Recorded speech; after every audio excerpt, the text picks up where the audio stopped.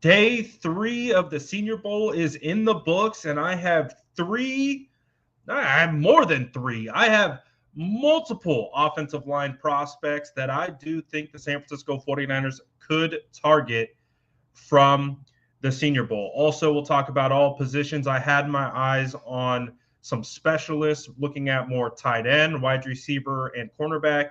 So I have some other names that we can throw into the mix that we haven't talked about just yet. So we're going to recap all 3 days of the Senior Bowl practices, and we're going to have to talk a little 49ers news. There was some stuff to come out about Brock Purdy and the contract negotiation and maybe where things are headed in that regard. So we're going to touch on that. So plenty of things to discuss, but big time emphasis on the Senior Bowl, and we are going to identify even more prospects, and there are some good ones to talk about. So before we get into that, you already know what to do. Drop your SDS in the chat, smash that like button, and let's get into the draft. Let's go.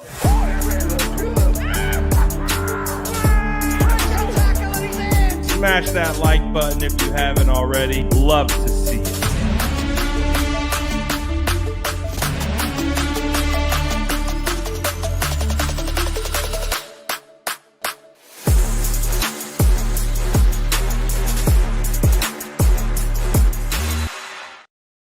What is going down, SDS? I am going to do my best to keep my eyes open because we went out and had probably some of the best barbecue in Alabama.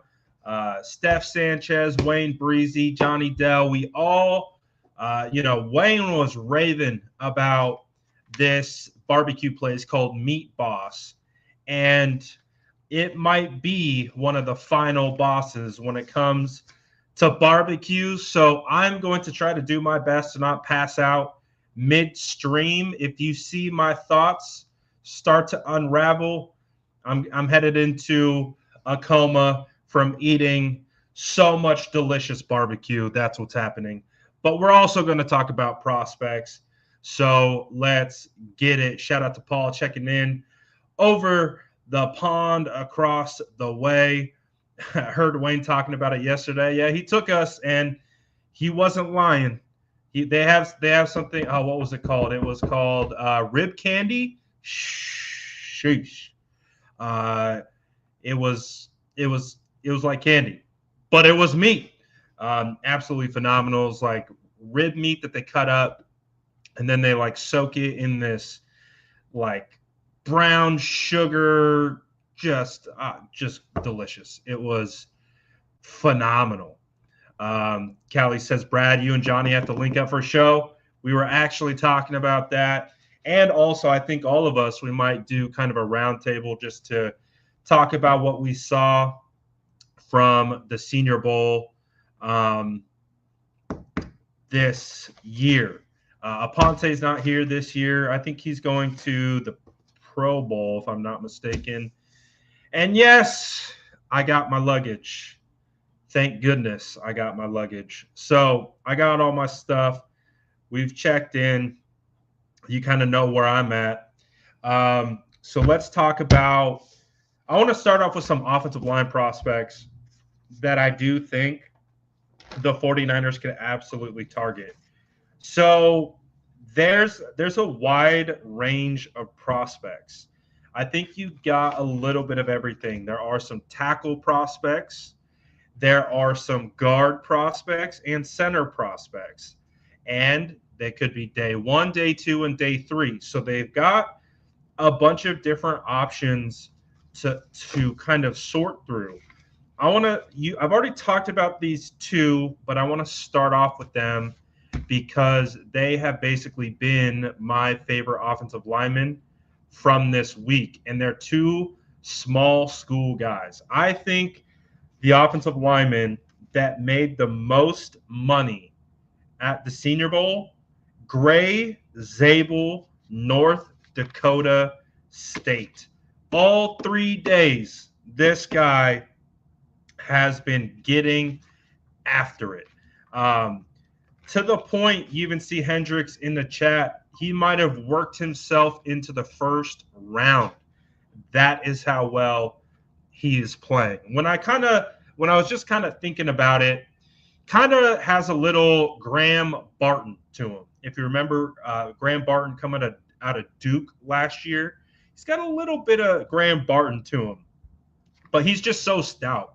He is so just efficient with his movements. His technique is on point. It's why he rarely loses any reps. And he's got the athletic ability to be a legitimate interior offensive lineman at the next level. So I would say the best case scenario for the San Francisco 49ers is somehow Gray Zabel is there in the second round. He's not going to be an option for the 49ers in the first round. They have to go in a different direction there. But if you can hold on and potentially target Gray Zabel in the second round, he's a plug-and-play center or guard. So that would be a huge addition to the 49ers offensive line, especially, let's say, they don't go and get Drew Dahlman in free agency and they turn to the draft. This is the kind of guy that I would feel pretty darn comfortable with if he were to come in and have to play right away. Just because I think when you look at North Dakota State, you look at the type of program that they run and the emphasis that they have on running the football and their offensive linemen, those guys are coached up pretty darn well, and you can see that. You can tell. Audio is coming through my laptop. Thank you. Thank you. Hopefully that sounds a little bit better. Shout out to producer Jason in the chat. Always appreciate my sourdough squad producers helping me out. So hopefully that sounds a little bit better. But anyways, Gray Zabel to me is a guy, if you could target him in the second round, he could be a big time he could be an impact player as a starter year one. So the technique is there. He has the experience clearly. I'm going to go. So one of the things too about everything that I'm doing, I need to go back and watch tape on almost all of these guys. So what I'm doing here, just to give you a little bit of like an insight into my process of how I'm watching these practices, is I'm trying to see who is standing out and impressing me here at practice. So then now I can jump into their film and start to build an entire case study on these particular players, how they play, not only in a Senior Bowl practice in that environment, but I want to see them in real games. So I'm definitely going to be hopping into these guys' tape. So that's the next step. But every guy that I mentioned, these are guys that I'm going to go look at the tape. We can transition that right into Anthony Belton. So Anthony Belton, I would say today was his worst day. It was still a good day, but he got beat a couple times by a guy that I think the 49ers are going to be all about. In fact, let me just show you. Let me just show you what I'm talking about here. So you might have seen me post about him and maybe even talk about him, but he is the defensive end from Central Arkansas, and he goes by the name David Walker. So David Walker stood out to me day one. Actually his defensive line coach hit me up, who's actually the defensive line coach at Sac State now. He hit me up and he said, keep an eye out on my guy, David Walker, Central Arkansas. I said, all right, I have no idea who this guy is. Never heard of him. I'll keep an eye on him. So KJ's asking me about Anthony Belton. And the reason why I'm bringing this up is because this rep is against Anthony Belton. And I want to show you this because Anthony Belton, I think, was one of the top offensive line performers throughout the week. So he to me made some money. Anthony Belton is absolutely on my radar. So now with that context, I want to show you this rep of Anthony Belton versus David Walker, and to give you a sense of how good this David Walker guy getting around the edge. And like I said, Anthony Belton has been solid all week, and that's who he's going against. You can see him duck his head a little bit, and you can see David Walker get right under his pads and get through to the edge. And you can see the bend, and you see that coach running after him. See that guy with the red hat? That's KJ Wright. That is the 49ers. I think he's a QC defensive coach with emphasis on linebackers. That's KJ Wright. Watch him chase down David Walker. He said, "Get over here." That rep was so dang good. He chased him around the corner. And I love it because David Walker has been a stud. I was able to interview David Walker the first day of the Senior Bowl. He's super humble kid. You can tell like he's a football guy. He's a football guy.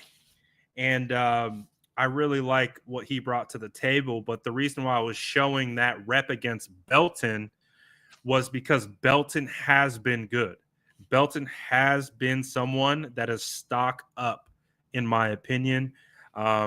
He's been great. And he's shown that he can do it at tackle, at guard, left tackle, right tackle, guard. So Belton is definitely an intriguing prospect for me out of North Carolina State.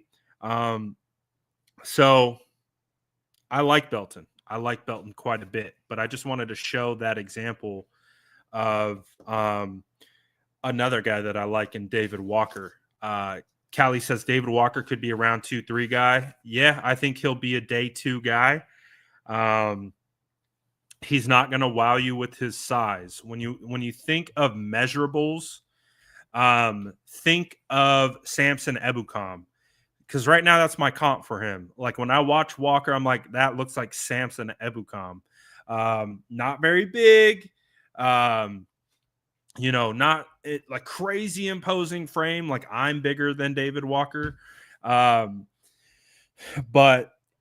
he's strong and he's got great leverage and he's got good technique. And just because he's a little bit on the shorter side doesn't mean that he's not any good. So Walker, if you want to get like a pro comp, think Samson Ebukam.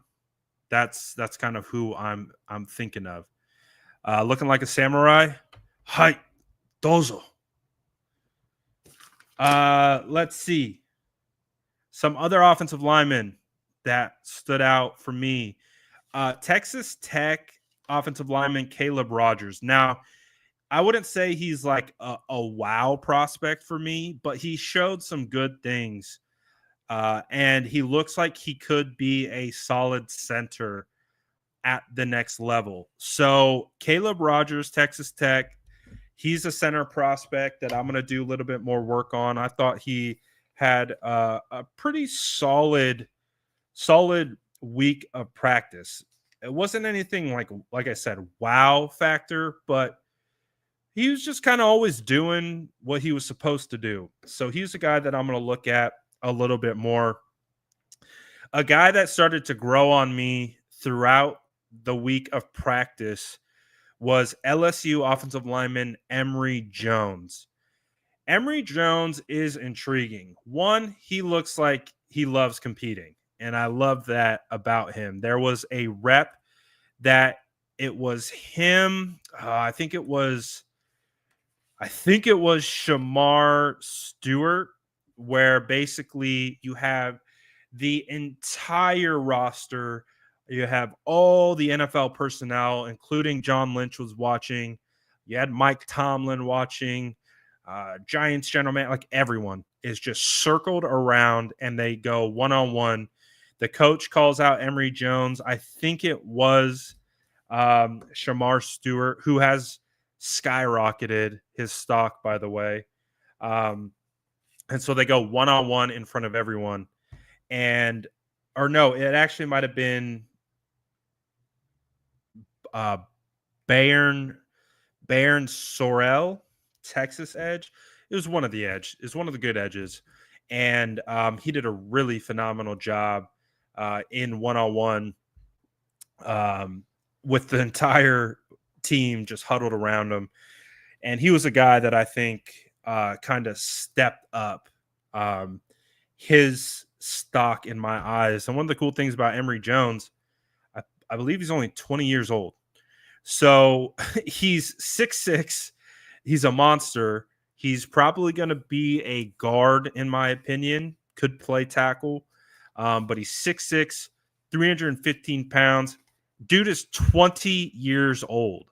So he's only going to get better. He's only going to continue to improve.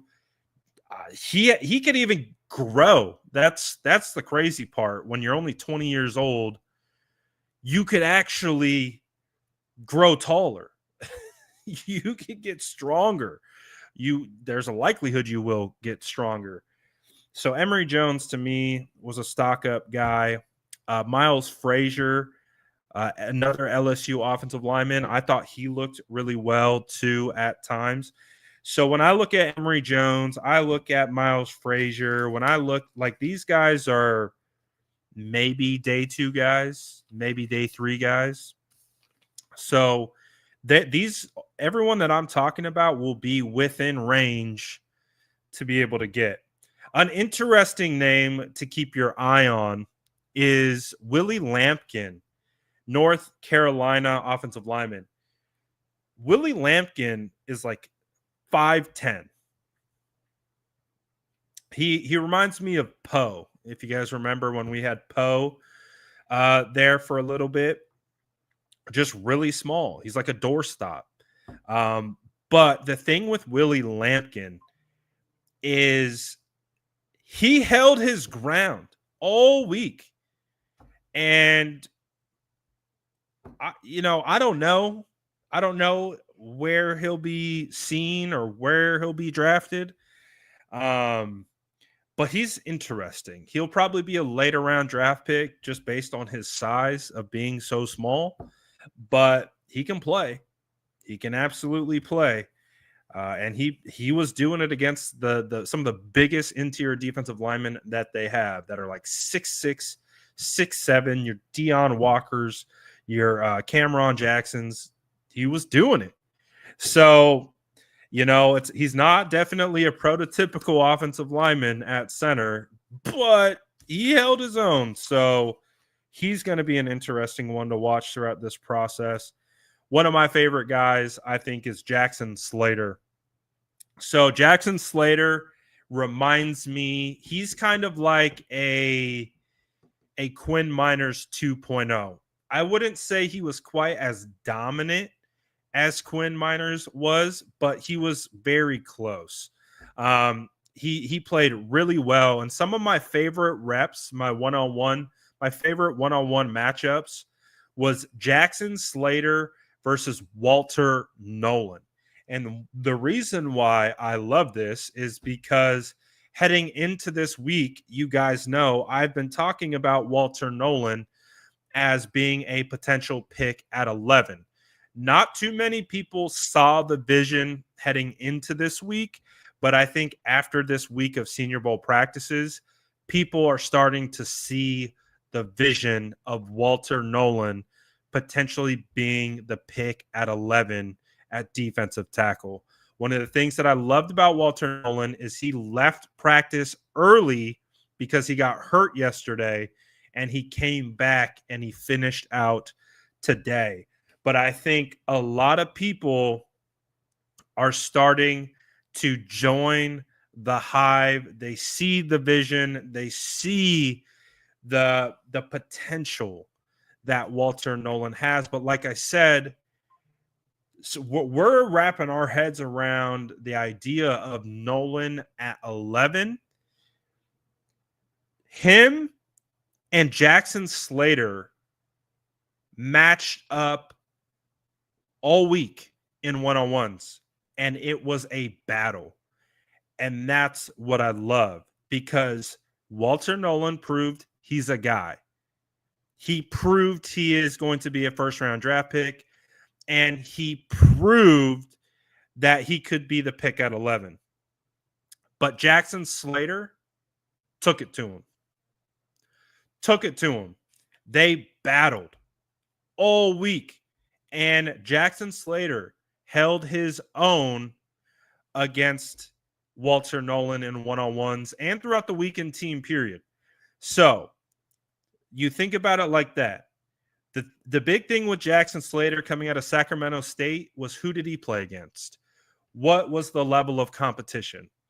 That's why for these small school guys, coming to the Senior Bowl and getting these opportunities are huge, because we know a lot about the NFL is about comparison. And so when you can you're looking at the LSU guy, you're looking at this other SEC guy, you're looking at Armand Membo, who was just mocked to the 49ers at 11 heading into this. You can see that these guys belong.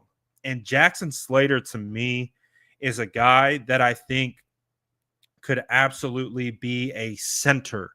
I believe he's a center. He could play guard, but I think he's a center, and he said it out of his own mouth. He thinks his best ball is going to be at center in the NFL, and that's where I view him. So Jackson Slater reminds me of McCormick, who came out last year of SDSU. So I think he could be a 4th-round draft pick. You could get Jackson Slater in the 4th round, and he could be the center of the future. So that's an exciting prospect, I think, for the 49ers as well. He's a guy that I really like. And I think he made a lot of money. I don't think he made as much money as Gray Zabel, but he went from potentially being a 6th, 7th round draft pick to absolutely most likely being a day 2 pick. So I think Jackson Slater would be phenomenal. And so all of these offensive linemen, I think, earned some money. I'll talk about some guys that I think lost some money, because not everyone was great, right? So Jonah Sabania. Sabania. Sorry, pal. I butchered your name, and he kind of had a rough week. I actually highlighted him as I butcher everyone's name. Get used to it. So Jonah was a guy that I highlighted heading into this week as kind of being, no, he's Samoan, I believe. He's Samoan. He's Polynesian. But he was a guy that I thought who could be a riser this week. And unfortunately wasn't the best. He had moments where he looked good. And then, like, for example, they did the one-on-one thing in front of the whole team. And I forget who he won against, but got completely blown back. He lost a good amount of reps. So for Jonah, he's Tongan. Shout out my Tokos.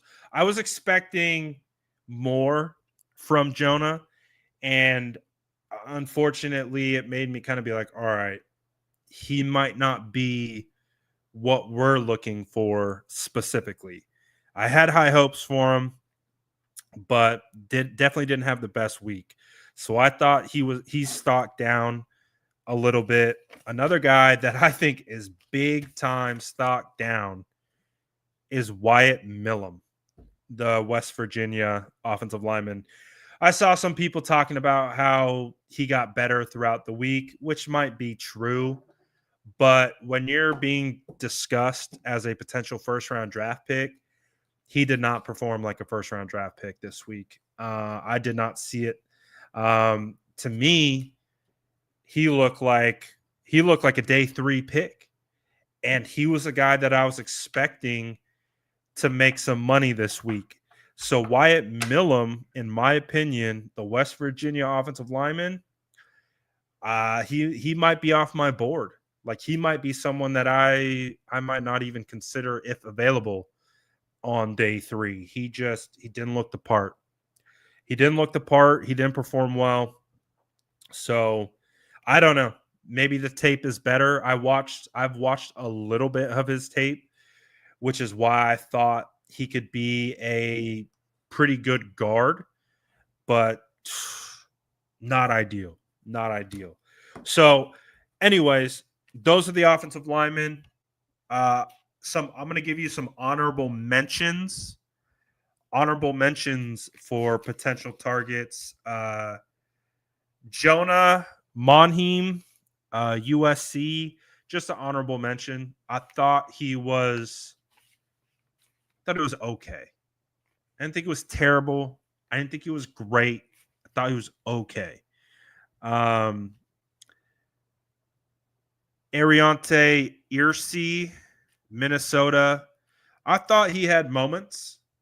He's got the size. He looks the part. He had moments where he did well, moments where I think could be better, move his feet a little bit more. Jalen Rivers showed me some things, but he also had some bad reps. So Jalen Rivers out of Miami is a guy that I want to do more homework on. Marcus Bo, Purdue. Decent, okay, not great, not bad, okay. And Josh Connerly, okay, not great, not bad. Connerly obviously is unfortunately on the tail end of one of the biggest plays of the Senior Bowl this week, which was when Mike Green absolutely destroyed him in one-on-ones. On that particular rep, John Lynch had front row seats. He was standing right there to watch that rep. So, one interesting note about John Lynch, he was front row and center for the first 2 days of one-on-ones. He was right in the middle of it every time. He was around the defensive lineman quite a bit. Take that for what it's worth. He was around those defensive linemen quite a bit.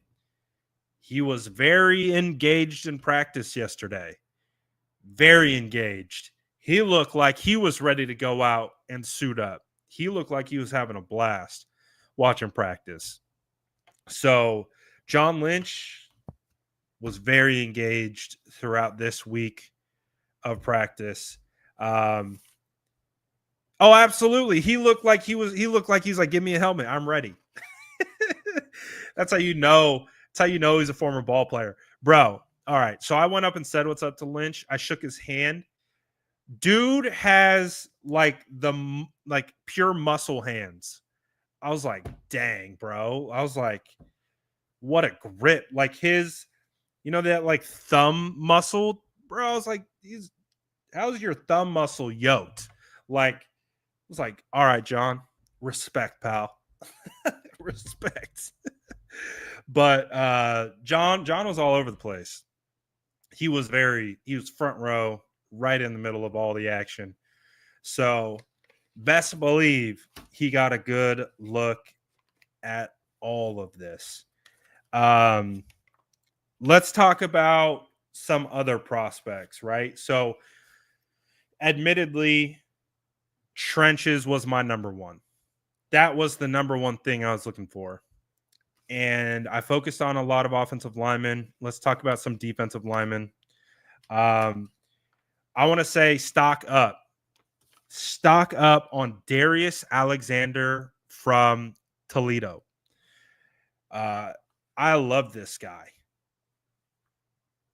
he stood out to me on day one, and he was a guy that I wanted to see throughout the week. And throughout the week, Darius Alexander just kept grinding, kept performing, kept getting wins, kept going, kept getting wins.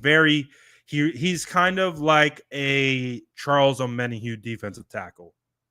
He's not a squatty body defensive tackle. He's a little bit longer, little bit leaner, still pretty thick. Pause, but he's a little bit longer. So I really liked him, and he had good twitch, good first step, get off, good moves. So Darius Alexander, for me, was a big riser on the defensive line. I really liked what I saw from him. Aeneas Peebles, Virginia Tech. Man, if you could get me Aeneas Peebles, I would be happy about that. If you could get me him in the 4th or 5th round, I would like that. He's about 6'1". He's not very big, but he is a mover.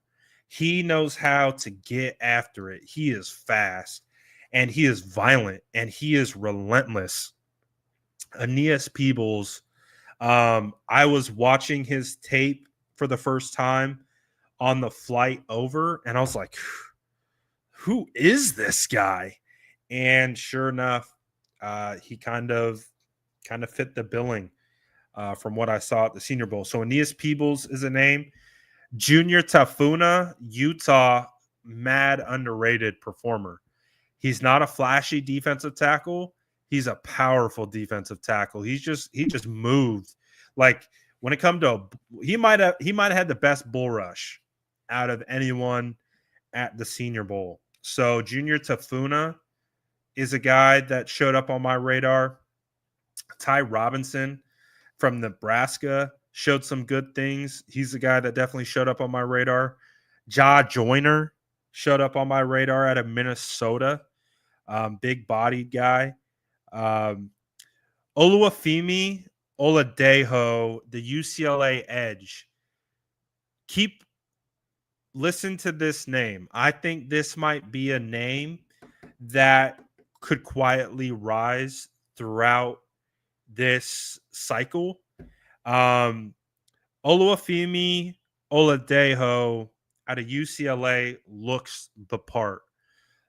And when I say he looks the part, day one of Senior Bowl practice, I am looking at the warm-up line. And I'm just I'm glancing through, kind of trying to attach names to players. And I come across Oladejo. And I'm like, that looks like a football player. Whereas 99, just jacked. I was like, that looks like a football player. He doesn't look huge. But he looks athletic. And all throughout the week, you see the speed off the edge. And Oladejo is a guy, especially too after practice today.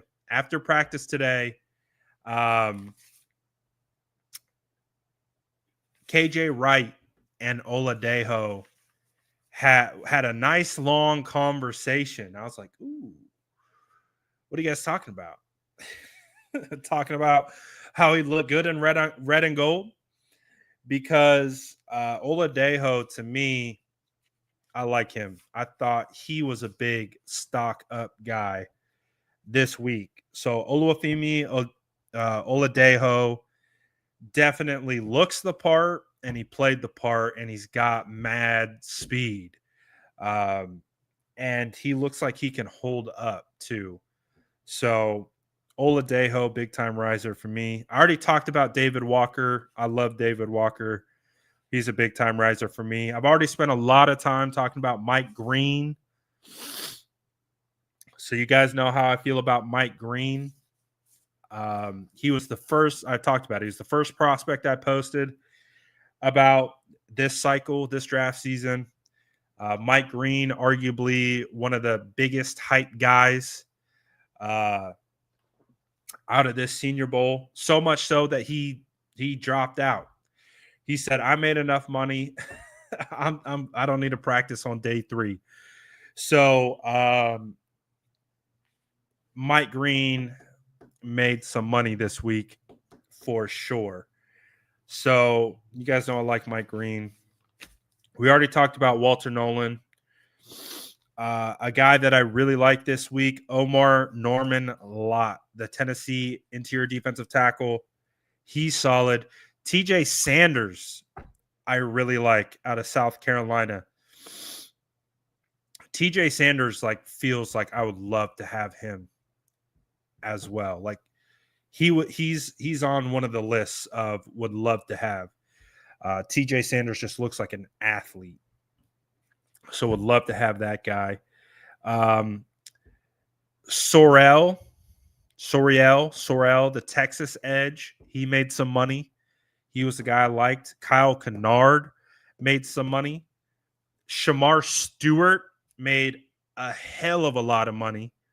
They're talking about Shamar Stewart being a top 20 lock. So one of the things with Shamar Stewart is he's huge and he's got a ton of power. And he's got pretty darn good speed. So Shamar Stewart is probably a name that we could also eventually hear. If Shamar Stewart has a really good combine, he could be a guy that we're also talking about at pick 11. So Shamar Stewart has made a lot of money this week. And another guy I liked, Jared Ivey out of Ole Miss.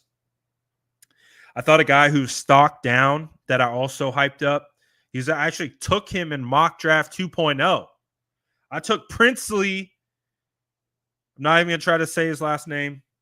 The Ole Miss edge. I thought he's stocked down this week. I thought his teammate Jared Ivey looked a little bit better. So I'm actually stocked down on Princely. I think Cameron Jackson, dude's massive, huge. He could be a good target for the 49ers as well. So what I feel really good about is I watched a lot of trenches this week.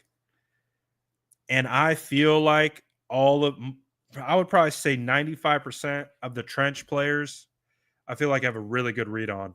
And I felt like I have a really strong understanding based on where we're at in this portion of the season of who's good and where they could be potentially ranked when it comes to, are they day 1, day 2, day 3 prospects.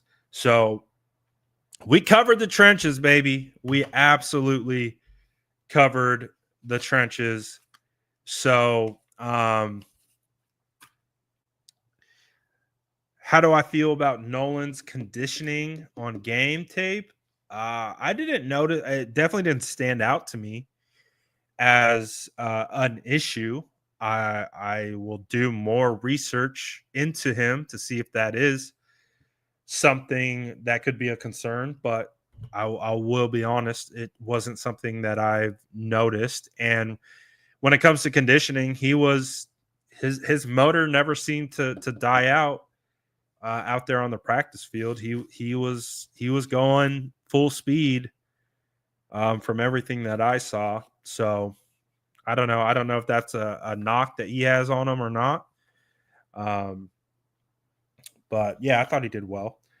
Let's talk some tight ends. I paid more attention to the tight ends today. I started to pay attention to the tight ends a little bit more yesterday.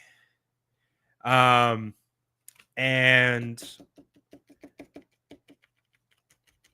I want to talk about some of them because I do think there are a couple that could entice the 49ers. Now, the big money makers was Elijah Arroyo, the Miami, Florida tight end. He just looks like a savvy route runner. He had one of the sickest routes that I saw all week. Just you can tell he knows how to run routes. Any good fullbacks out there? Willie Lampkin. I think Steph Sanchez was talking about how Willie Lampkin said he's open to playing fullback. He would be a phenomenal fullback. But back to Arroyo, he might be one of the biggest risers at tight end. Very athletic, very fast. Harold Fannin Jr., very athletic, very fast. Now, I don't know. I couldn't get a good read on either of these two as blockers. But the one that I did see a little bit as a blocker and as a catcher is Jackson Hawes. I feel like the most 49ers tight end out of all of these prospects is the Georgia Tech kid, Jackson Hawes. He doesn't have that kind of wide receiver swag. You know, when I look at Arroyo and Ferguson and Fannin and Mason Taylor, they all kind of have that, like, they're more wide receiver than they are offensive linemen. When I look at Jackson Hawes, he's more offensive lineman than he is receiver, but he can also catch. He had a sick one-handed catch. I didn't see him drop anything this week. He has pretty decent routes, not anything crazy, but kind of remind little George Kittle-esque. I'm not comping him to George Kittle, but a little George Kittle-esque. So Jackson Hawes, to me, I like Mason Taylor a lot. He is just a really good athlete. I think he has a potential to be a really good tight end. We'll see how he is on blocking. I'm going to have to look at his tape. But Jackson Hawes feels like the most 49ers tight end that was there. Luke Lachey is baby Kittle. All right. I haven't seen him yet. So I'll have to look into him. The Texas Tech kid was not here this week. But I do think there are some decent tight ends. Jackson Hawes, Mason Taylor, they feel more like my style tight end. Harold Fannin Jr., Elijah Arroyo, they're more move tight ends, in my opinion, at least from what I saw this week. Terrence Ferguson, not bad either, but I'm definitely leaning Mason Taylor and Jackson Hawes right now from the tight end position. Let's see what other players stood out. We've talked a lot about trenches. It was basically my primary focus. Some wide receivers that caught my eye. Jack Betch, he stood out to me when I covered TCU versus Stanford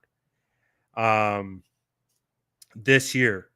It was the first college game I covered this year, and I left that game being most impressed with Jack Betch. And all he did was ball out at the Senior Bowl this week.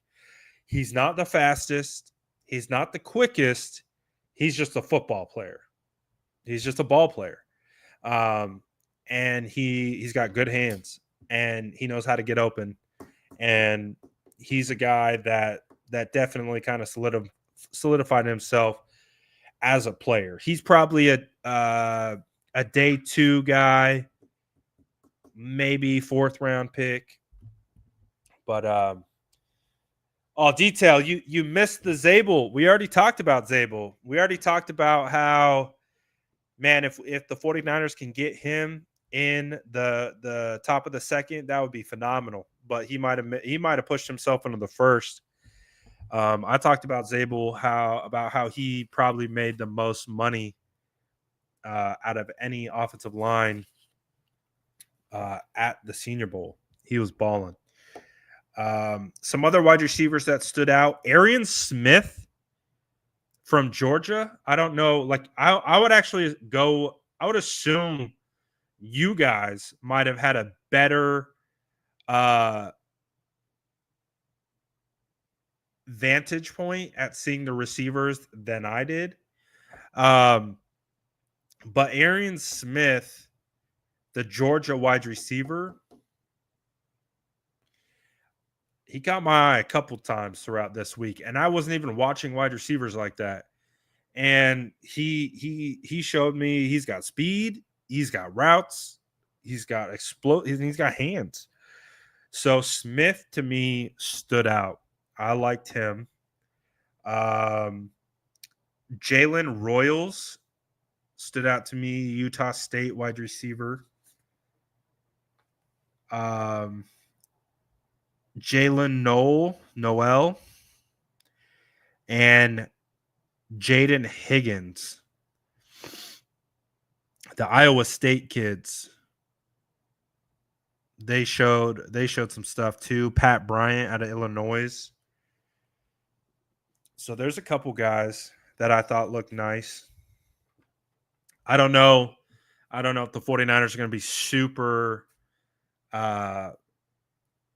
invested in going wide receiver, but it feels like the wide receivers in this class, or at least here at the Senior Bowl, are going to be day 2, day 3 guys. I don't really know if any of these guys are first rounders.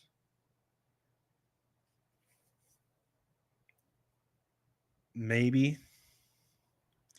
But they all seem like day 2, day 3 guys to me.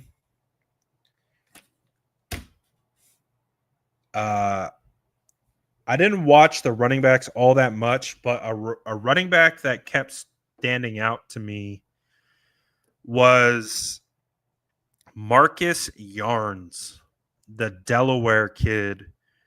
I liked him. He looked like he had great balance, great speed, great hands, great routes, good cutting ability. The kid out of Delaware stood out to me the most, to be honest. Trevor Etienne was good, but the Marcus Yarns kid stood out to me the most. Just something about him. Any linebackers stand out? Linebackers, I tried. Nothing crazy. Like Jeffrey Bassa, the Oregon linebacker, he's definitely the most athletic. He looks like he could play running back.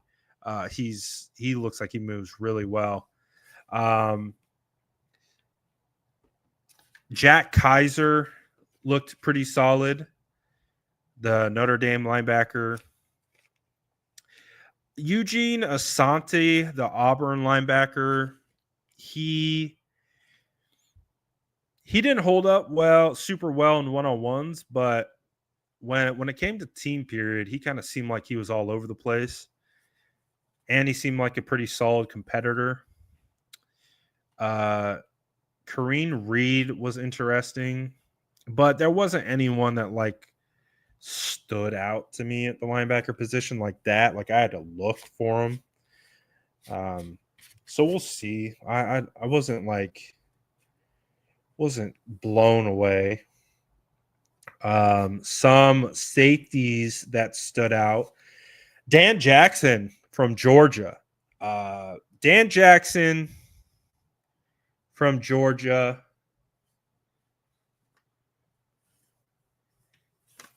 Was there another Georgia kid?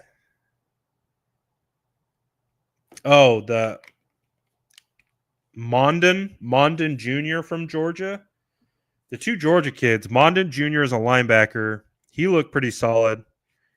And then Dan Jackson, the Georgia safety as well, looked pretty solid. Billy Bowman, The Oklahoma safety, I thought, made some good plays today. So he was another guy that stood out. But I think that's really it. Yeah, that was really it. Those were the only guys that really kind of caught my eye today. I think Upton Stout, the Western Kentucky cornerback, is interesting.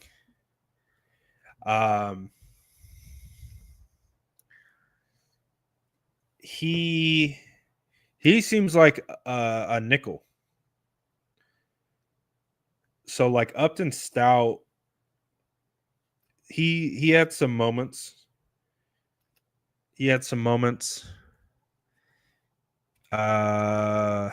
Jacob Parrish had a really good play today.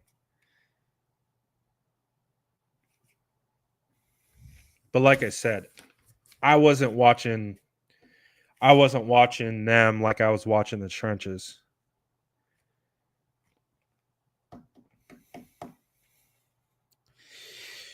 Let me see. What other guys? Oh, Thomas, the Florida State cornerback. I like him.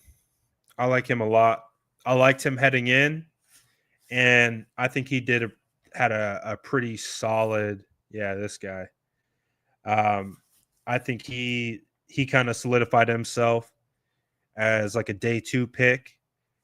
So 49ers want to go back to Florida State and go get Renardo Green's teammate, which they have done their research on him, watching Renardo.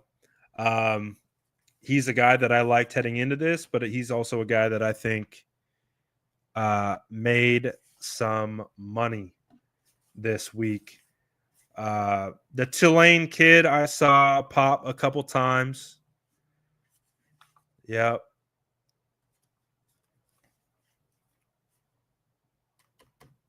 But the quarterback that I liked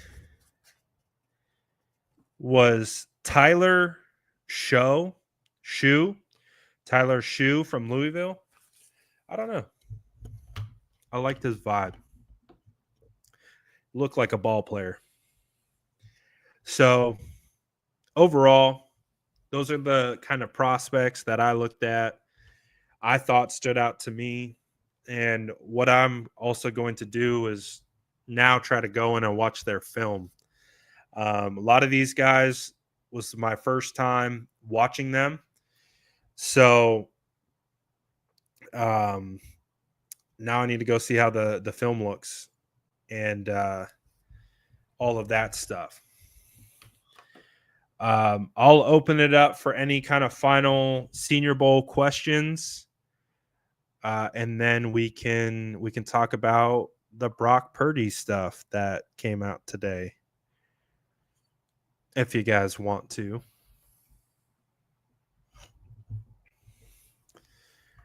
Who are we picking at 11? I don't know, but I think there's some quality options for sure.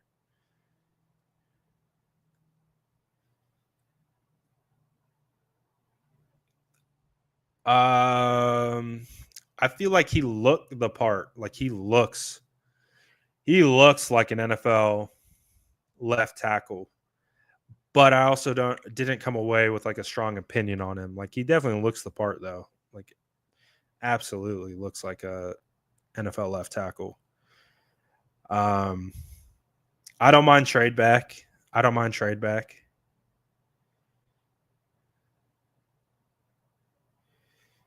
I didn't see an LSU from Weeks there. They did have a late call up. A guy showed up. I don't even have him on my roster. He showed up today for the first time, and he actually came out and he made some plays. So some LSU defensive end who hadn't been there all week, And because they had some opt-outs, they brought some other guys in, and he actually played pretty well. But all right. What do you guys make of this whole Brock Purdy situation? What do we stand? What's our interpretation of it? I'm curious to know how you guys feel about it. And if you're unaware of what was going down, Tim Kawakami put out this column today where this is what it said. It says, I received actually, I don't know if I want to read that whole thing, but basically what he's saying is, I heard from a plugged in NFL source this week that the 49ers and Purdy's camp are indeed feeling like there won't be fireworks on the way to an eventual deal. But I've also heard generally that the framework might be a little different than some of the recent quarterback deals. I suspect this means the 49ers could be pitching a shorter term, lesser guaranteed deal compared to the full commitment deals signed by Trevor Lawrence, Justin Herbert, and others over the last few years. Will Purdy and his agent be happy with that? Assuredly, there'll be some negotiations. Nobody makes their best offer right off the bat. It might take time. So, what does that mean?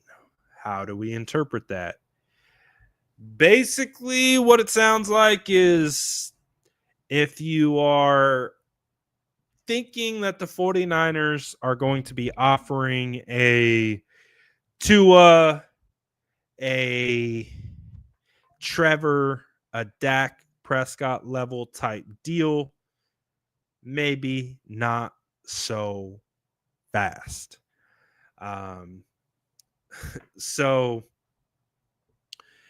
if that is the case and they are not looking to pay Brock that amount, then I think that will make for a very interesting offseason.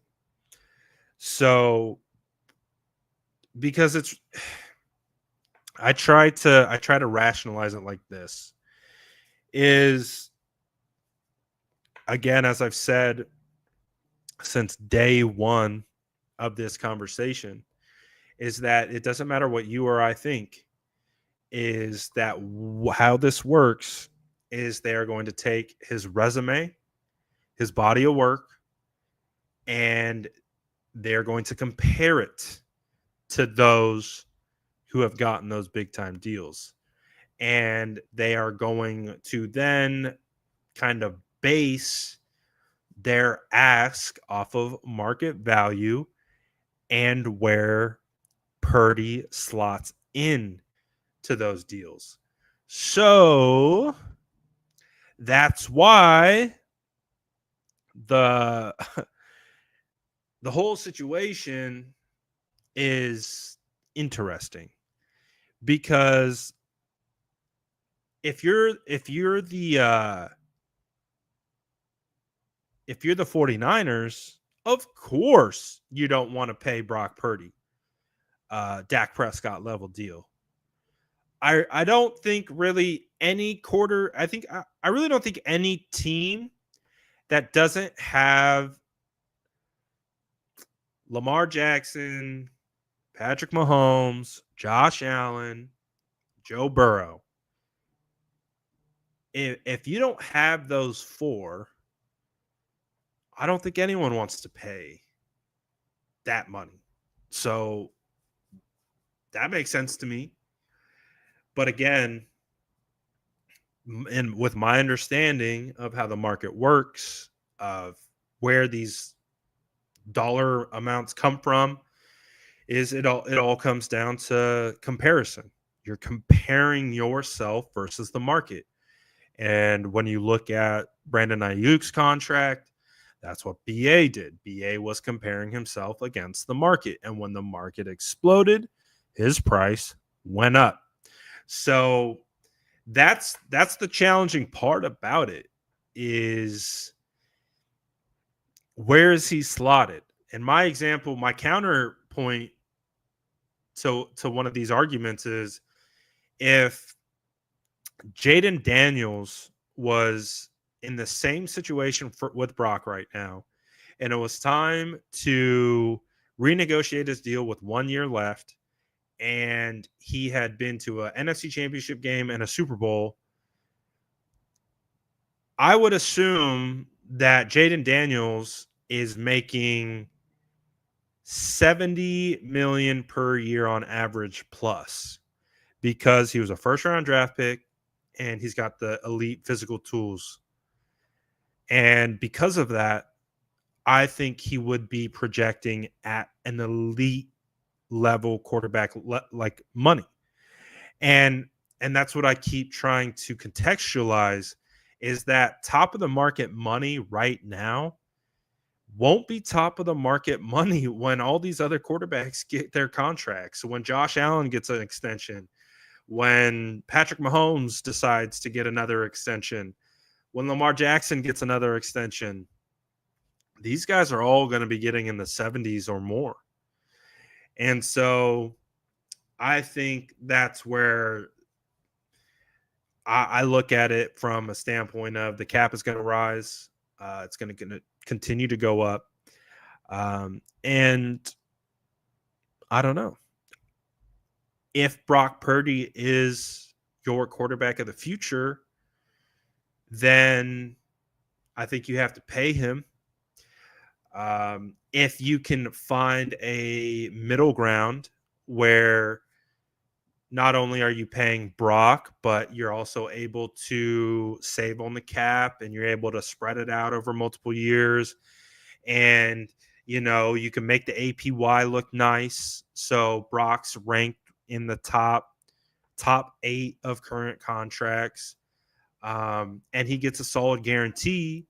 Then I think we can make it a win-win, right? It does. I don't think it has to be a situation where Brock's contract like completely, you know, ties up the 49ers from doing anything else. Like, I don't think that's got to be the case. So I feel like there's got to be a middle ground from like what this Tim Kawakami article is saying. It really sounds like the 49ers are going to, like, they're like basically letting everyone know, like, yeah, we might be coming in a lot lower than what everyone's talking about. We might be coming in a little bit lower. But, and yeah, Brock's people, they're going to be coming in a lot higher. And that's how it starts. That's how you develop the gap in these negotiations. That's how you figure out how much ground do we need to cover and how long will it take to cover that ground in order to come to an agreement. And as we know, the 49ers have made it clear they like to be where they want to be at. And sometimes they do acquiesce and they meet the player where they're at. But we also understand that doesn't happen right away all the time.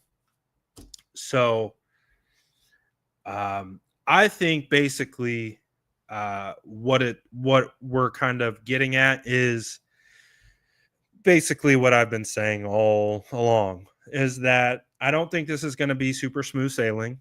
I think that we're going to have a lot of back and forth like we've had in all the contract negotiations that have come before. And because it's the quarterback and because the quarterback market is so insane right now, I think that this is the game. The game has begun, ladies and gentlemen. The game has begun. Because remember when Tom Pelissero, right at the beginning of the offseason, says, well, you know, Brock's agent is probably going to target top of market And that was the big story. Oh, according to NFL insider Tom Pelissero, Brock Purdy and his agent are targeting top of market. That's what got the entire conversation on what Brock should be paid going, was that specific report. And now we're getting this report from well-placed sources that the 49ers are on the opposite side of that. Are we surprised? No, we're not surprised. So I don't know what that means. I have mentioned it all throughout kind of the off-season conversation, is that I do think the 49ers are going to bring in a starting quarterback. We heard reports that they're going to be potentially in the market for Joe Flacco, but I think that's just the first name. It could be Joe Flacco. Then it could potentially be Kirk Cousins, or my dream that I'm going to continue to push, even though it will never happen, is Justin Fields. I think that the 49ers are going to bring in a quarterback that has started games in this league. And whether that's to have a good backup, whether that's to generate leverage in negotiations based on Brock and his team threatening a holdout, who knows? There's a ton of different variables and scenarios that could be at play. So, but my expectation is the 49ers need quarterbacks beyond Brock. And we've already heard that they might be connected to Flacco. And we'll see where they go from there. All of you guys living in 2022 need to understand that Fields would be fantastic. I'm tired of the Fields slander.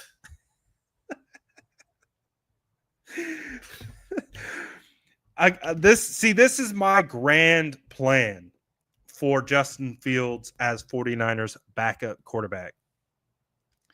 You actually use him like almost like an H-back. He's actually an offensive weapon. You use him as a running back. You use him all over the place. You use him on end arounds. You use him in goal line situations as a runner. You use him for his legs, and then you get you get into the kind of, Taysom Hill situation. See, you guys are thinking of a traditional backup quarterback. No, I don't want a traditional backup quarterback. I want a quarterback who's actually going to step onto that field. I want a quarterback and a backup who can actually be a part of the offense. Like, could you imagine? Yeah, Brock Purdy lined up at the 15-yard line, heading into the end zone. You have Deebo Samuel to the right. You have Justin Fields flanked to the left. Kittle on the line. Ayuk out. And Juwan Jennings.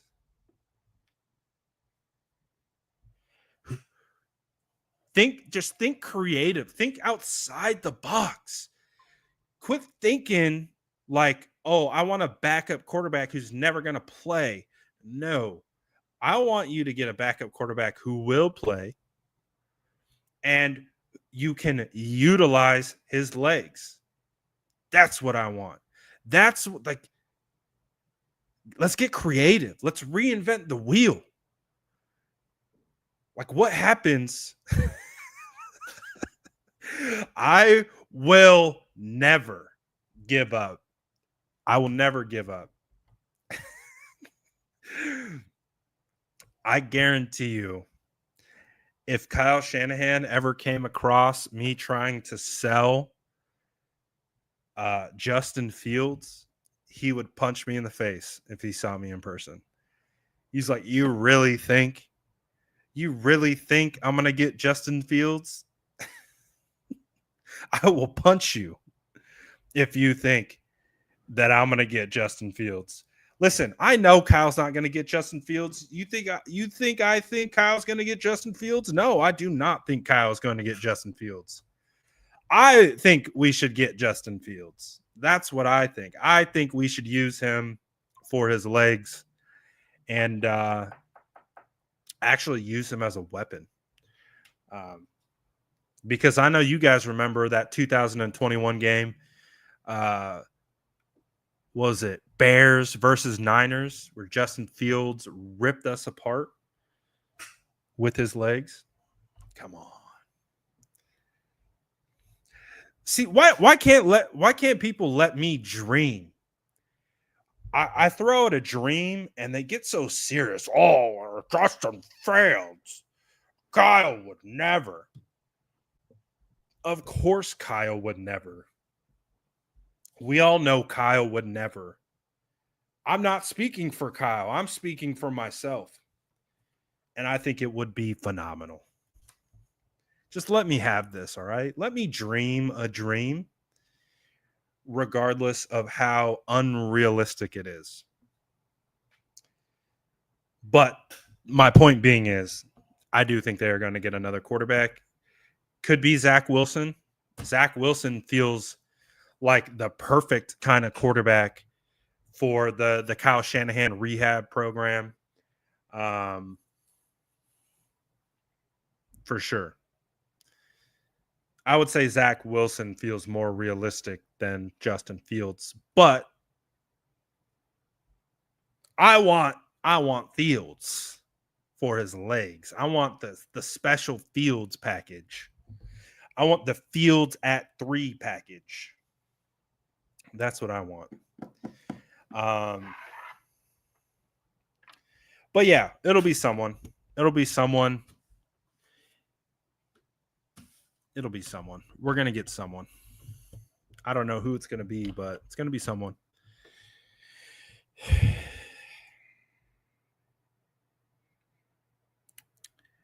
It's probably going to be Mail Mac. It's probably going to be Mail Mac, and that makes me sad a little bit because I don't want Mail Mac. I don't want mayonnaise. I don't want mayonnaise. I want the habanero. I want the spice. I want the seasoning. I don't want Mayo Mac. I want the seasoning. Extra seasoning. I want some spiciness to sprinkle into this offense. I think it would be fun. And I think if you forced Kyle to do it, he'd actually might enjoy it. And I think he'd actually have some fun with it. I think he hates it because he has the choice. Like, because if he has the decision to go Mac Jones or Fields, he's absolutely going Mac Jones. But if you forced Fields onto him and you kind of forced him to, like, against his will, think of plays for Fields, I think he might actually like it. And I think he would come around to it. And I think he would develop an offense that could actually be pretty seasoned, pretty spicy. You know what I'm saying? That's just my dream. It'll never happen. But let me dream sometimes, all right, guys? So we'll see what happens. But hey, man, you know what time it is. It's contract negotiation time. That means anything can happen, baby. That means anything can happen. Don't be surprised by anything. Just let it happen. Just let it happen.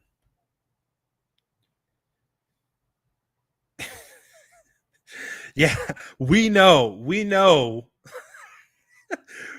what he chose. Dude, I will take it. I would take it. Fields as kick returner, punt returner, I would take it. Get him on the field. I don't know if Fields would like it, but just get the guy on the field. Get the ball in his hands. He's a playmaker. Get the ball in his hands. That's it. Just get the ball in his hands, even if it means turn him into a running back.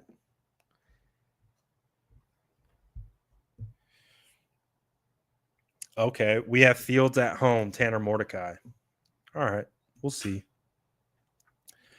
We'll see what happens. But all right. We'll have plenty of time. We'll have plenty of time to talk about contract negotiations. I'm not ready yet. I've really enjoyed focusing solely on kind of the defensive coordinator search and focusing on the Senior Bowl and draft prospects. I'm not ready for the contract drama to kick up just yet. I know there will be a time and a place for it for sure, but I don't think I'm ready just yet. So we'll see what happens. But a lot of good stuff today or this week at the Senior Bowl. A lot of prospects that I think fit what the 49ers are looking for. And who knows? Could come home with a couple of them. We'll see. But appreciate everyone, as always, for following along. You guys are the best. Smash that like button. Grab a cookie on the way out. Grab 4 cookies if you like my Justin Fields idea. If you don't like my Justin Fields idea, you only get 1 cookie. But if you like the Fields idea, 4 cookies. All right, Tony. We see you. All right. I'm out of here, guys. Later.